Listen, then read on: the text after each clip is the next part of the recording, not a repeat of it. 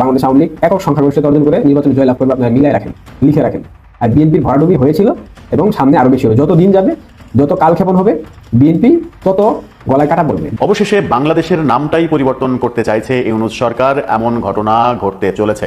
বাংলাদেশের নাম পরিবর্তন হয়ে যাচ্ছে, বাংলাদেশের নাম সাংবিধানিক নাম আর থাকছে না। বাংলাদেশের নতুন সাংবিধানিক নাম।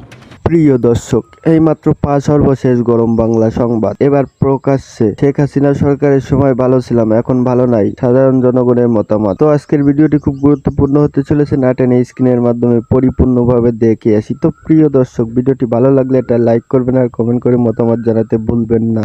শেখ হাসিনা যাওয়ার পরে আরো ভয়াবহ একা রয়েছে।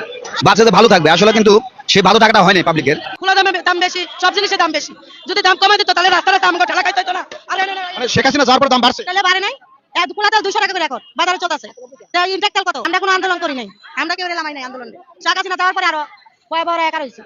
সাধারণ পাবলিক কিন্তু যে সরকারকে পতন করাইছে, বাচ্চাদের ভালো থাকবে, আসলে কিন্তু সে ভালো থাকাটা হয়নি পাবলিকের। কিন্তু এখানে একটা বিষয় হলো, সিন্ডিকেটে ভাঙার জন্য সরকার উদ্যোগ যদি ঠিক মতো নিত তাহলে কিন্তু সিন্ডিকেট ভাঙতে পারতো। কারণ আপনার চিন্তা করতে হবে, বাংলাদেশে যে আলু, তেল, পেঁয়াজ এগুলো কিন্তু কোল্ড স্টোর থাকে। প্রত্যেকটা কোল্ড স্টোরে যদি সরকার অভিযান করে ওখানে একটা মূল্য নির্ধারণ করে দেয় যেটা পাইকার মার্কেটে আসবে, সেটার জন্য তাহলে পাইকার মার্কেট আলাদা সেভাবে তারা বিক্রি করতে পারতো। কিন্তু তাও কোল্ড স্টোরে যায় না, তারা যায় পাইকার মার্কেটে, কারণ বাজার, ওই বাজার, সে বাজার, শ্যামবাজার, এখানে ওখানে যায়, কিন্তু তারা মূল জায়গায় হাত দেয় না। এই কারণে দ্রব্যমূল্যের দাম কমে না, সিন্ডিকেট ভাঙে না। এই জন্য আমাদের সাধারণ পাবলিকের আজকে পরিস্থিতি ভালো নাই কাকা, ভালো নাই। আমি তো মনে করি আগেই ভালো ছিল। শেখ হাসিনা সরকার ছিল তখন কি ভালো ছিলেন? হ্যাঁ, খুব ভালো ছিল, আরামসে কাম করছি, কোনো সমস্যা নাই। দুর্নীতি হয়ে চলতেছে, বর্তমানে কিছুই ভালো দেখতেছে না। আগেই ভালো ছিলাম, এখন সব জিনিসপত্র দাম। তাহলে এই যে সরকার পরিবর্তন হয়ে লাভ কি হলো? লাভ কি মানে আমার গরিবের জন্য তার ক্ষতি। ভালো ছিলেন না এখন ভালো আছেন? এখন তো একটা ঝামেলা চলতেছে দেশে। শেখ হাসিনার সময় দেশের একতরফা ছিল, ভালো ছিল। বর্তমান সরকার তো এটা এই ক্ষণিকের জন্য, এটা তো আর চিরস্থায়ী না। শেখ হাসিনা কেমন ছিল?